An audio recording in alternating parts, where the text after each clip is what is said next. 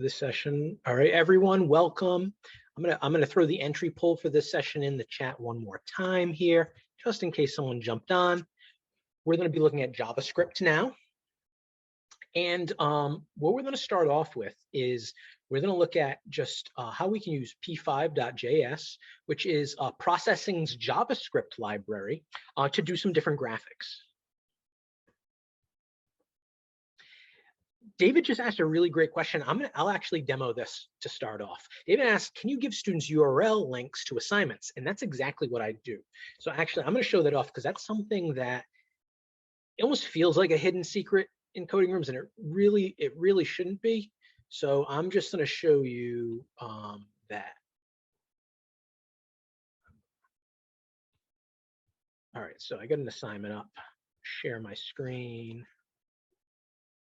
That's the one, share it.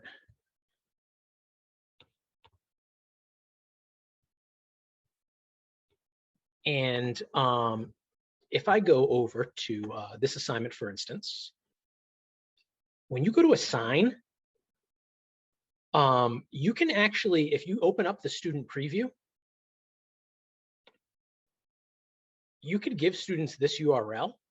It's specific to that particular assignment. And as long as they're enrolled in the course, they'll be able to open it. So notice this particular assignment number is specific to this assignment for that section. If I open up the other sections preview, you'll notice that the number is slightly different. So I have 18709 and I have 18710.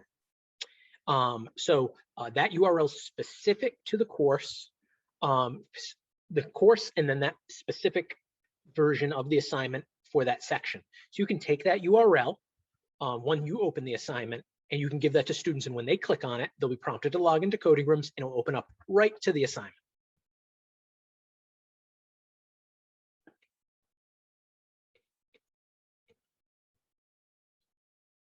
Both sections cannot use the same link, they are different. All right, so one thing, and we're going to add this as a language option. So eventually you'll see a language option that just says p5.js, and it hides a little bit of these details, but maybe you want to be able to do some graphics with JavaScript using processing today. And you can do that on coding rooms. All you need to do is create an HTML, CSS, JavaScript workspace, and set up your files just as I have them here. I'm going to give you this workspace URL. You won't be able to edit it through that URL. I didn't invite you as editors, but you should be able to open it as read-only. And you can click fork and you can copy that to your workspaces on coding rooms if you'd like this template. So again, I just posted that URL. You should be able to open that URL, and you should be able to click fork at the top to make a copy of it for your coding rooms account, where when you go to workspaces, it will your copy will exist there, so you can always refer back to it. All we have set up. Sorry to have to ask, but where is the fork icon? Sorry. Top right-hand corner, it should be. Should say fork next to exit. I don't believe you guys will have the share option, but it may be there, but you just won't be able to. And just clicking that fork will just automatically create a copy, and it's going to open up your specific copy at that point in time after you click the fork button.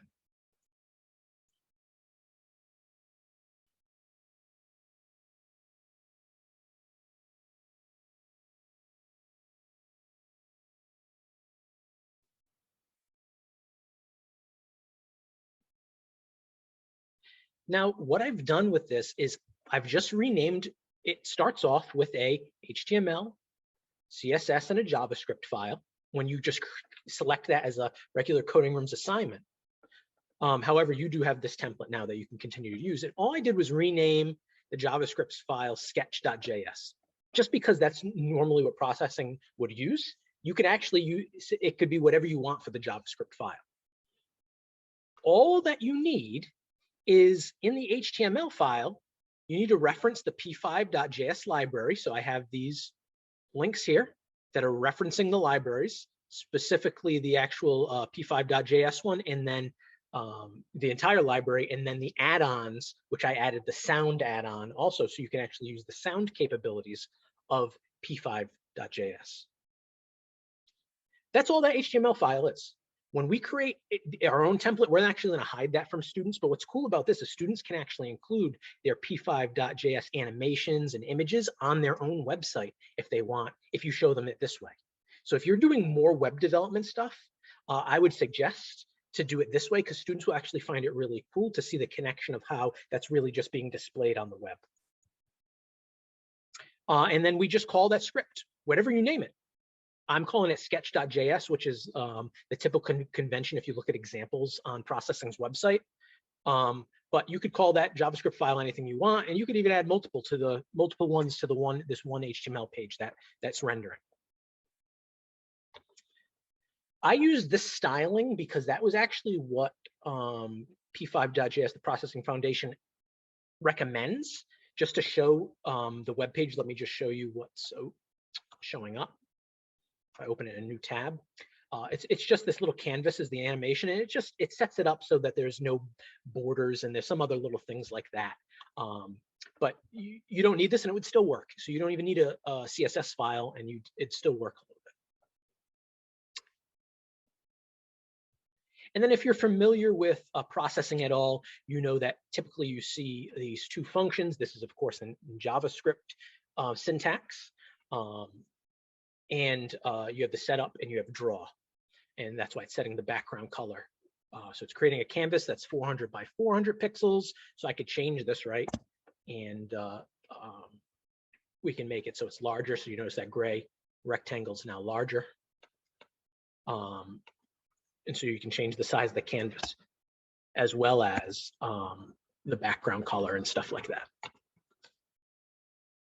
I'm not going to do a full overview of how to use p5.js, but there's lots of really cool stuff online to do that. If you're familiar with the Java processing, or if you've done processing.py, all of the functions are very much the same, so you can transition between those. It's really just the syntax. Similar to Barry's students Noah's PyDraw and JavaDraw, where most of the commands are the same. It's just now we're dealing with a different syntax and programming language for its structures of array lists versus actually just using a list in Python, etc.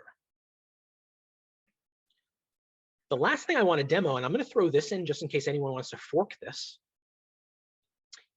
So here's another one. I'm going to call this one sound example. Let me go over and share my computer audio. This one's an example with p5.js, just to show that you can actually, what's really cool about it is have sound also. So this is a really cool library for students to create games and animations, because the sound is really easy to use, and a lot of it's really easy to use actually if you're teaching JavaScript. So I've set up this here, and I'm just going to open up view web page, similar to how all day, if most of you have been here, you can view the desktop to see the GUIs. If you're on a web page like this, or we're running JavaScript, it says view web page. And this example just sets up like a little keyboard, and you can play a song. So there's a function that's designed when this button's clicked, and you can click these shapes here to play the different notes. So sound also works because this is just a web page. So it just works natively right in their web browser, as you'd expect. And you can take a look at the code here. Cool things.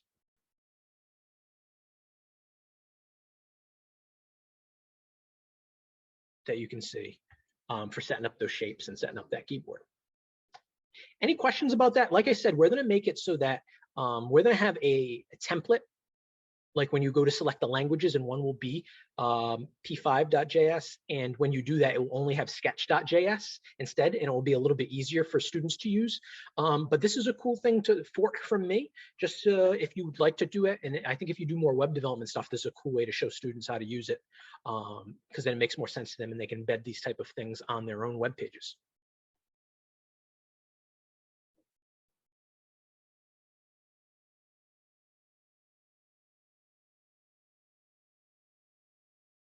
All right, if there's no questions about that, there'll be time. I'm going to be back at the end of this session. So if you do think of something, please let me know. I'm going to hand it over to John just to talk about assignments and some auto grading with JavaScript. Stop share, John, and pass the new host. All right. Hello, everybody. Are you still recording, by the way? I am, so you should be all set with that. Okay, great. So, as Joe said, I'm going to talk a little bit about auto grading. I'm going to go through this a little bit more quickly than the first sessions. If you, in the first couple sessions I did, I went through how to like create assignments and how to create classrooms, how to create assignments. I'm going to kind of blow through that kind of quickly this time. And then we'll have a little bit of time at the end. You can ask Joe and me some questions. So let me go ahead and share. All right, so when you go into coding rooms, hopefully you can see this pretty well. You see your list of classes. I'm going to go ahead and create a new one. I'm going to use the empty template, and I'm going to use JavaScript with node.js. I'm going to call it PD Day.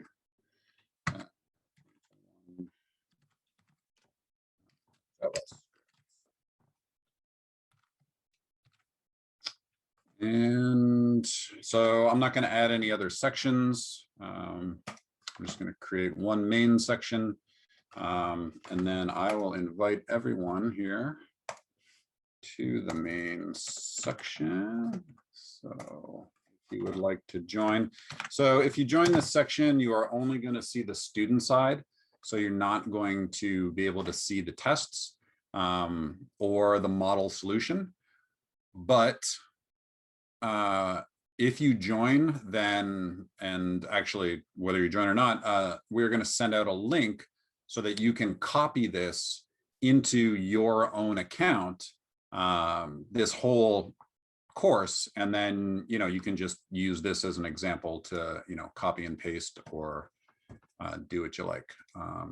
So if you click that link, I just want you to know that you won't be able to see them until later on today when we send out a link to make a copy of the whole thing. Right now, you're just students in the class. All right, so when I go into my course, this is kind of the default. I click the invite before.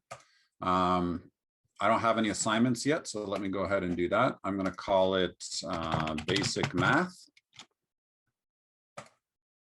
So now I have an assignment, and this is the prompt. So this is where you tell your students what you expect them to do. Yeah, where did it go? There we go. So this is a kind of real basic assignment that I made up. You can see that you can use the markdown here, all the buttons, including images and stuff like that. So I include code often and comments and little instructions on what is expected of them. So in this case, index.js is going to have multiply, divide, and is even. I don't know if I'm going to have time to go through all of them, but you'll get the basics and be able to use the testing. So I'm going to go ahead and assign this to our class. I'm going to release it right now, so not in the future. I'll make the due date a week from now, give everybody some time to hand it in. And then if it takes you more than 2 weeks, you're going to have to come and talk to me because you cannot,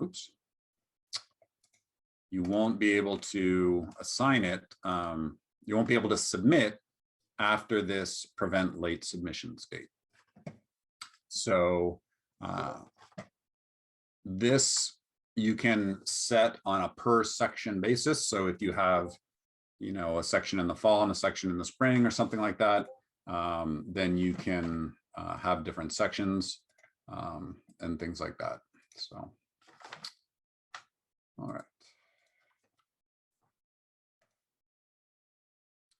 Now the template here is a way to give your students a whole bunch of code. So this is really useful for things like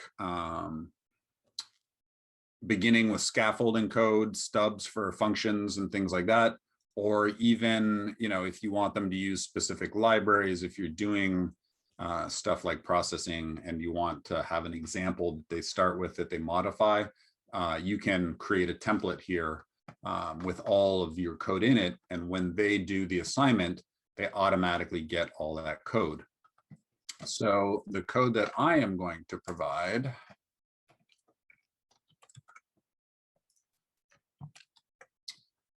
is just this: multiply, divide, and is even. And then at the end, usually what I do is have some example tests. So 3 times 4 should 12. Yours is multiply 3 and 4, for example. And I don't give them every single test. I put in a couple, show them how to edit it and how to use it so that they can write their own tests. I think that's a really important part of learning how to program, is learning how to write your own tests and test your own code. So this is just, you know, console.log. It's not, you know, anything super fancy, but it prints out, you know, 3 times 4 should equal 12, and yours is 0. So obviously there's something wrong with their code. Well, it returns 0 for everything. One thing that you have to do if you're going to use unit testing is export all of the functions that you want to test. So if you're not super familiar with JavaScript and namespaces and things like that, just take my word for it. You need to say module.exports equals, and then whatever functions you want to test, whatever the students are filling in, you need to put this in the template, because the tester needs to be able to see these functions. It needs to be able to import them into another JavaScript file to be able to run them. If you don't export them, then that tester can't see them, essentially. So we are going to do what's called an import. We're going to import this whole file into our testing file. And in order to be able to call these functions, we have to export them from this file. So this is something that you need to remember to do. I always forget to do it, and then I spend, you know, 15 minutes wondering why it can't find multiply and divide, even though I've imported this file. And then I remember that this file needs to export them as well. And I remind myself to do it for next time, even though I'll forget again. So these are just the same names as these functions right here that I'm testing the students on. So once I have those exports, I can create, oh, I love coding rooms. It always reminds me to save when I forget. I can create a model solution. And the reason for that is twofold. One, I want to make sure that when I run my tests, that they work properly, that they're testing what I think they're testing, that there's no errors in my template, because when I click create a model solution, it copies that template over to me. And so if I had a typo in multiply or divide or something, I might be, oh no, I want to go back and fix the template. And then I would delete it and create a new model solution. So, you know, if I deleted this, it's fine. I can just create a new model solution and it'll copy the template back over to me. So, you know, the actual solution is pretty easy. A times B, divide is going to be A divided by B. And if it's even, right, so if the remainder of dividing A by 2 is 0, that must be an even number. And so if I run this now, you can see this console log, this little test, this debugging test works. And, you know, if I had a 12 divided by 4 should equal 3.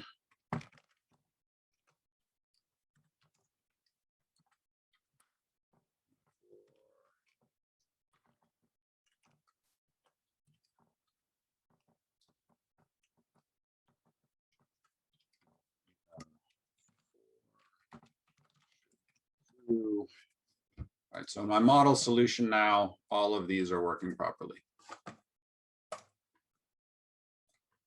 So I'm going to put actually these all in the template for you here as well. So this is what I would give the students, just a little bit of help here so that they can test their code before they submit it. Okay, so now I have a template and a model solution. Are there any questions before I go on about how to create an assignment, how to provide some template code, why I need to export, and what the purpose of a model solution is?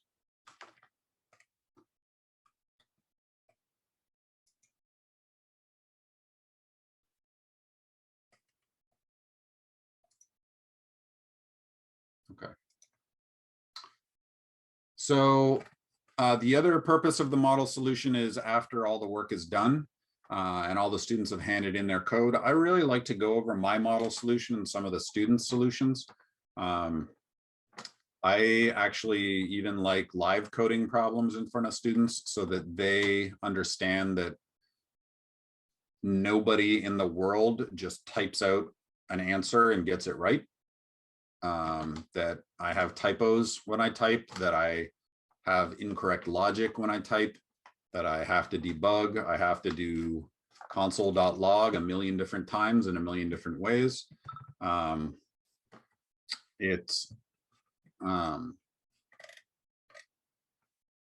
know, I think it's really valuable for the students to see teachers going through the development process as well. So I like to do that as well. Once they've submitted things, going through my solution and comparing them to other student solutions, not to show how awesome I am, but just to show that there are, you know, 100 different ways to skin a cat. Obviously, for multiply, there aren't going to be that many different ways. I guess you could do a loop with addition or something, but for any more complicated algorithm, it's always worth looking at different methods, and also, you know, gives the kids a little ego boost. All right, so now how do we test these? So I'm gonna go into the test bench now, and I'm gonna add a test case. There are a few different kinds of tests. You can do input, output. This is a little bit tricky, obviously, with JavaScript. I tend to avoid input, output because it's very picky about, you know, capitalization and white space and all these other things that, you know, aren't really about learning code. If you have something really complicated, or if you have something like P5 where it has graphical output that you want to look at, you can use manual grading. And what that does is it, you know, then you have to go in and give it a grade. It's manual, you know, manually going in and looking at the code and making sure it's right. But what we're going to look at is unit test. Excuse me. So we're going to do a unit test, and yeah, sure, let's call it test multiply 3 and 4. All right, so when I created that, it automatically gives me a little template code here. And the first part here is the feedback. So in case the test fails, you want to be able to explain to your student why. Because in unit testing, the assertion, the output from an incorrect test is generally not super helpful. It just says like, I expected 12 and you gave me 9, right?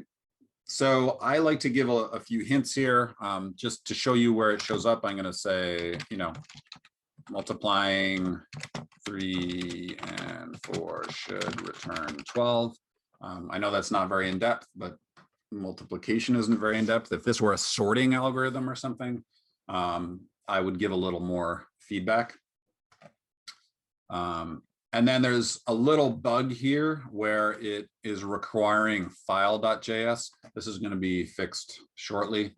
But if you look at the template, right, the name is actually index.js. And same with model solution. So just something until we get if you use this in the next little bit, just remember to change this to index.js. Soon we're gonna, that'll be fixed automatically. That's just a bug in the code that we're gonna fix. Before all and after all, if you need to create objects or get data from somewhere or do some kind of setup or teardown, you can use those. For assignments with high school students, I've honestly never used those. I do everything, either I create my own function with a solution in it to compare against theirs, or I just do everything in the test itself. So this is a way to be a little more organized if you have a really complicated thing with a lot of objects and data that you need to manage, but you don't have to do anything with those. I'm going to call this again, multiply 3 by 4. And here we get to the actual meat of it. The way that Jest and Jasmine both work, the testing, environments you can use, it calls this expect function, which has a function here to equal. So what you put in here are the function that the student wrote, and then what you expect that value to be. So if I say I'm doing multiply, so I think I called it multiply. Let me check. Yep. So I called it multiply. This file has exported multiply. So on the test bench, it's going to require that file, which means now I can just use the word multiply as part of this submission object. So submission, you can see multiply times 4. I expect that to equal 12. So again, the only tricky thing here is to remember that this whole file essentially is being slurped into this object right here, this submission object. So you have to say submission.multiply 3 and 4 equals 12. So if I run this on the template, it's not going to work because my template always returns 0. So there we go. Multiply 3 times 4 didn't work. Test suite, 1 failed, 1 total. And like I said, it doesn't really tell you a lot here. It just says this is where it failed. So the feedback that you type in is really important. Right? All that this tells you is that multiply 3, 4 failed.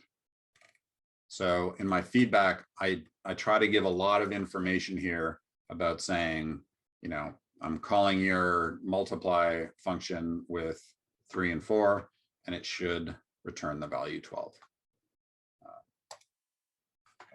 If I run it on my model solution, hopefully,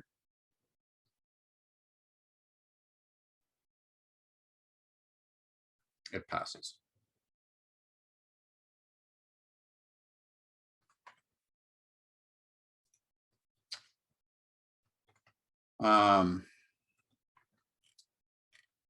So this is the way that you compare what the student wrote, the submission, with what you actually expect it to be. And again, if you have something complicated like a sorting algorithm, you could write your own method, your own function here and put a call to that function in here so that you can add multiple inputs. So here, let me give you an example. Say instead of just multiplying 3 and 4, I'm just going to write pseudocode here instead of actually JavaScript, but repeat 100 times x equals random 1, y equals random 2, right?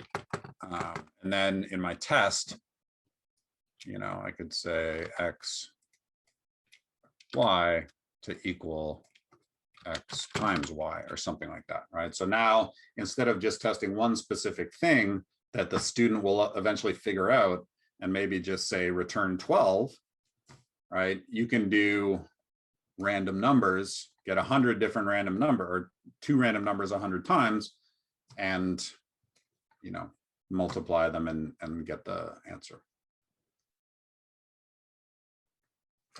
And then in terms of test cases, I kind of split them up by genre, if you will.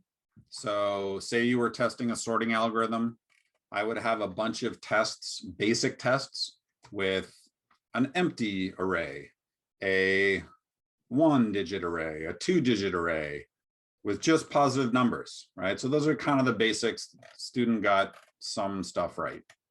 Then I would add another test case for positive and negative numbers, for integers and doubles, for strings, whatever. I would add another test case for really, really long arrays, right? 10,000 elements. So that way, even though, you know, you can have multiple of these multiple tests in a single test case, right? It still will only tell the student whether this test case passed or failed. It doesn't tell you whether each individual subtest in here passed or failed. Either the whole thing passed or the whole thing failed. So that's why if I start being a little more complicated, multiplying negative numbers or multiplying fractions, I would actually add a new test case, multiplying fractions, right? And do something there different. That way they would presumably pass the basic tests and be able to move on to the harder tests. And I might give the harder tests more points, you know, or maybe you get 6 out of 10 for the basic tests, and then every extra test is another point or something like that. So speaking of points, let's see if anyone actually did it. Hey, Francis again. Hey, Francis. 100%. So Francis was able to develop his multiplication algorithm in that short amount of time. Let's see what he did. So Francis, his code looks remarkably like my code. And I'm wondering to myself, wait a minute, did Francis just copy my code or did he actually type it himself? So the really cool thing here is I can go in the playback right here beside the run button, and I can just step through his code, literally character by character. I can see that he actually changed the is even there. So he actually did some testing, so that's great. And I can see that he literally typed character by character here what he changed. So in my spring class this year, in my college class, somebody was typing for days and not getting it right. And then all of a sudden they pasted or appeared a perfect solution. So my my hunch was that they copied and pasted from someone else. So if Francis did in fact copy from someone else, I can actually go in to his submissions and just change his grade to 0% and just say add a comment. Copy from something like that. Well, obviously I would go and talk to the student as well, but you get the idea. So that in about half an hour is how you do unit testing in JavaScript. So hopefully Joe is back on and we can both take any questions that you might have. I left a little bit of time since we both had kind of different things. So. If anyone has any questions specific to JavaScript assignments, anything like that, we'll take them now, and then we'll probably take a little break before the last session.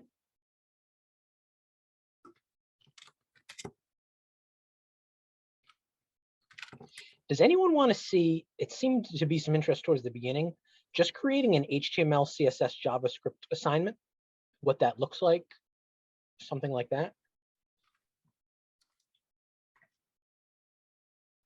One thing I wanted to actually briefly touch on, let me just share my screen a bit, is if you use Jest, which is the default, there are a lot of different expect things you can do. So I obviously don't have time to go through every single one, but it doesn't just have to be equals. So you can expect a value. You can expect an array containing something. You can expect objects containing things. So if you want to get a little fancier, you definitely can do that. There are a lot of different types you can do. You can do regular expression matching. You can even expect them to throw exceptions. So there are a lot of different things. I tend, again, with high school students, tend to use expect value because it does pretty much everything. Sometimes, within a range is helpful. But yeah, so here, let me just go ahead and paste this in the chat. Yep, here it is.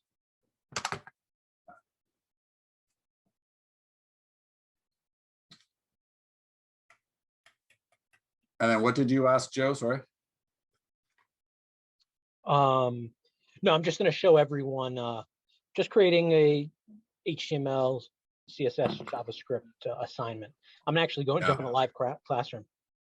Okay.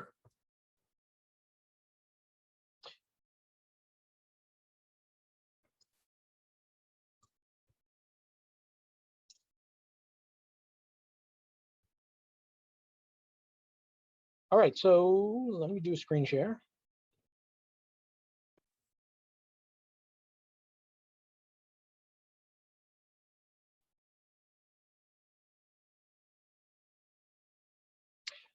For all you diehards that stuck around too, and maybe have been here the whole time, didn't get to see the full creation of a live classroom, I'm just going to create this live classroom now, so you can see that. So we're going to go over. I'm not going to. I'll call it PD Day.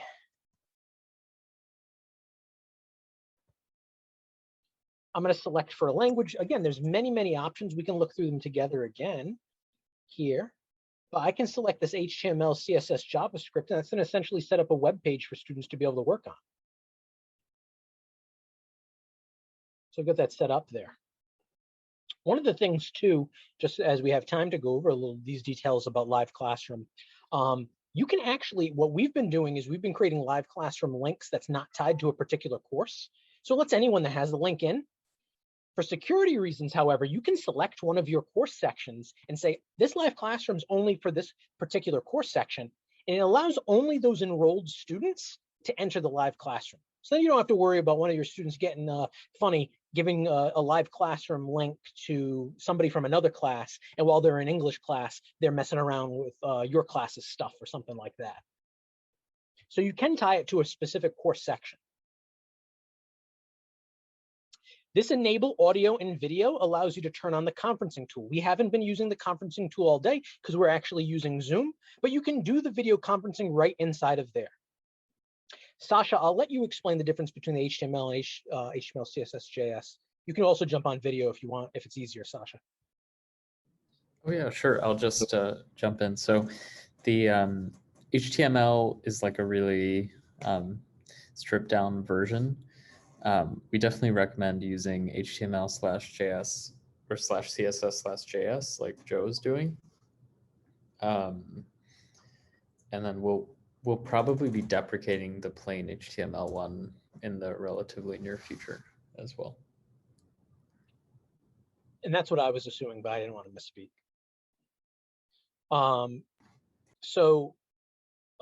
You know, you can set up the schedule start time if on the student's dashboard you want it to show up appropriately. This is the Streamline code presentation, which you can turn on and off to make it so students can actually type in the shared space or not. I'm actually going to turn it off, and I'll let all of you actually see that we can all type at the same time in that presentation area, because why not for now? Now, again, each of these, we can set up a template ahead of time. So like when you're planning on actually doing a particular lesson, you may want code inside of this Live Classroom ahead of time for each student to get and for the template, the presentation area to get as a template. So we can actually edit that template ahead of time for even a Live Classroom. John's been showing that off for the assignments, but we can do that ahead of time here, and we can edit it a little bit. I thought it would have something in here. I guess the HTML one doesn't.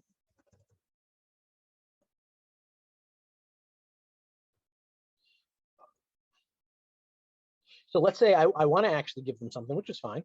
I'm going to start off with a little paragraph tag.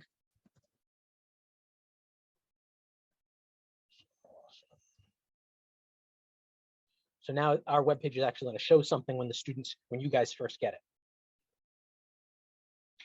Now, I'll answer some of the questions in the chat here. I'm going to click Save Changes. We'll do that. Oh, the other thing is sometimes you may want to, like, I'll add this style.css. So I'll make it so you guys have a CSS file to start off. Scripts.js. I'll give you all three. Or you could have just left it as HTML. Depends on where you're at. So as Sasha just said, David, the reason why we have disabled Classroom V2, that will actually be gone soon. I'm going to assume Sasha will say there was an older version of Coding Rooms when the platform first came out. So some people were still using that in their last school year so that you could switch back to the old version. You'll definitely prefer the V2. So really you have no reason to disable that. What's the difference between using coding language JavaScript web browser versus using JavaScript with an HTML CSS JS? Sasha, if you can take over again for that. I'd like to unmute. Sure. Yeah, I also dropped a note in the chat basically explaining that, but the main reason or the main difference is just that you'll have for JavaScript, there's no actual web page. It has just, I think, like a sort of mock browser console, but we definitely suggest using HTML, CSS, JS if you're doing a web project. Yeah, and that's what I thought. It's just, if you're just covering JavaScript programming skills, you can select that JavaScript one and they'll see the console output there. But obviously, if you want to actually use it as part of a web page, you definitely don't want this version. All right, click Save Changes, very important step when you're editing the template. And of course, you can upload files, add new files like you saw, add folders, and that sets up the template and will allow the students to see exactly what you set up here. I'll click that Save Changes. And I'll come over here. I can actually just click this. I'm going to give everyone the link to this live classroom.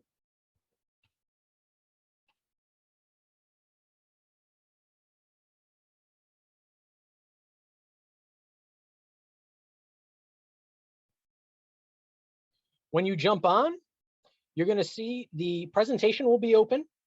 You can open up your workspace to mess around with different things. But similar to what we saw with View Desktop, it now says View Web Page, and you can click and open that. I also made it so that, remember, the presentation is now editable by everyone.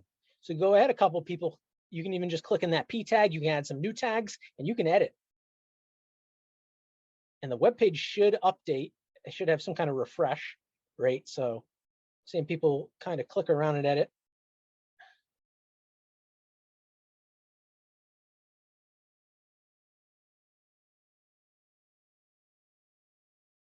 I think actually the web page, Sasha, you can tell me what's happening here. Maybe we'll only refresh upon people not typing anymore. I can do a manual refresh. If I click run, I know this gives it, refreshes it. There we go. Yeah.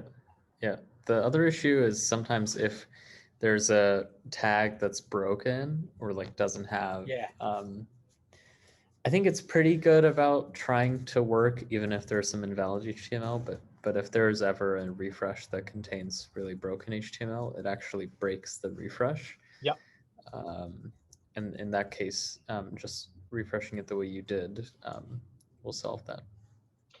And now what I'll take time to do here. So again, what I did to refresh, I just closed the web page view. I reopened it.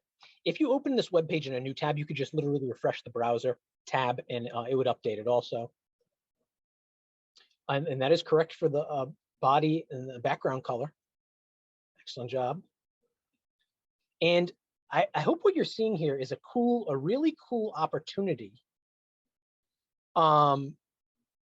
for how you could use this presentation area with everyone being able to edit. If you're doing something with the class, you want to be able to call on specific students, or you want to be able to collaborate. Look how powerful this is, a cool way to have the entire class collaborate. All of you are really setting things up here. And we started to build an HTML page from nothing, just by everyone adding some different details. Someone even added the title, which I can see if I open this in a new tab, the web page. I see way cool coding school. Someone set up as the title for this web page, so that's pretty cool. All right, so as you can see, HTML, CSS, JavaScript, if someone went into the CSS file and started to add some style there, it would work also with this web page. We would have to actually tie it, I guess, in the head, connect that particular CSS to this particular HTML page. But those are all things you can go over, and we're not doing that for this full session. I just thought I'd show this. Barry, feel free to jump on if you want to talk about using the presentation area for collaboration. You've done some excellent things with your students with that.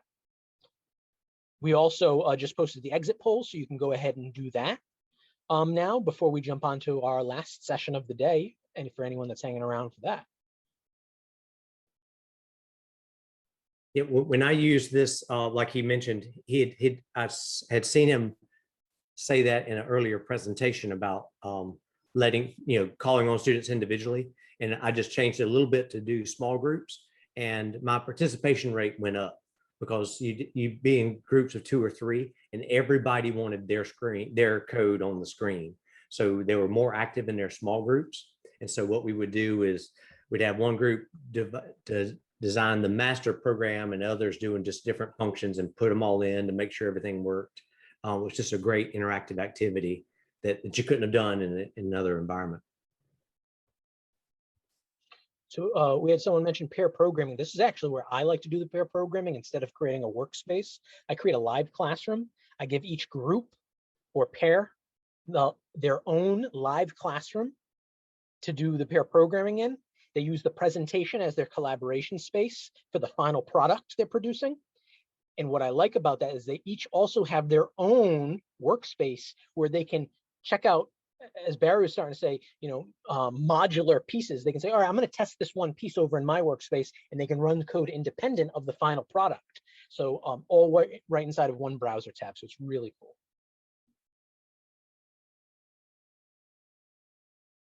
And I can see what they're working on. Student workspaces, I can see everyone's, if anyone did edit. People on this page didn't. If you went over to your workspace, someone added the head to theirs over here. Very nice. I can go over, I can add the body too.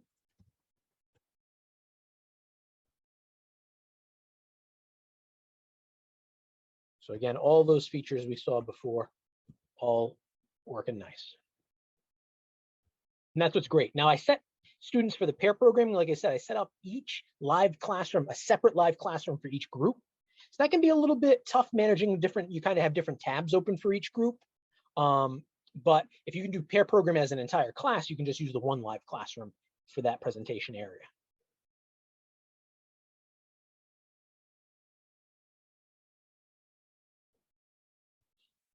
But you can still monitor the students' work. You still have the history tracking, the playback, all that good stuff. Students cannot collaborate in their own workspace. The way the live classroom is set up is that it's only set for that individual student. So somebody actually asked me, they were in their workspace in a live classroom. They said, why can't I fork that or fork the presentation? Those functions are not available in the live classroom, as it's supposed to be for security reasons for the course, almost, if you think about it, or keeping everything in for that course's session inside that particular area.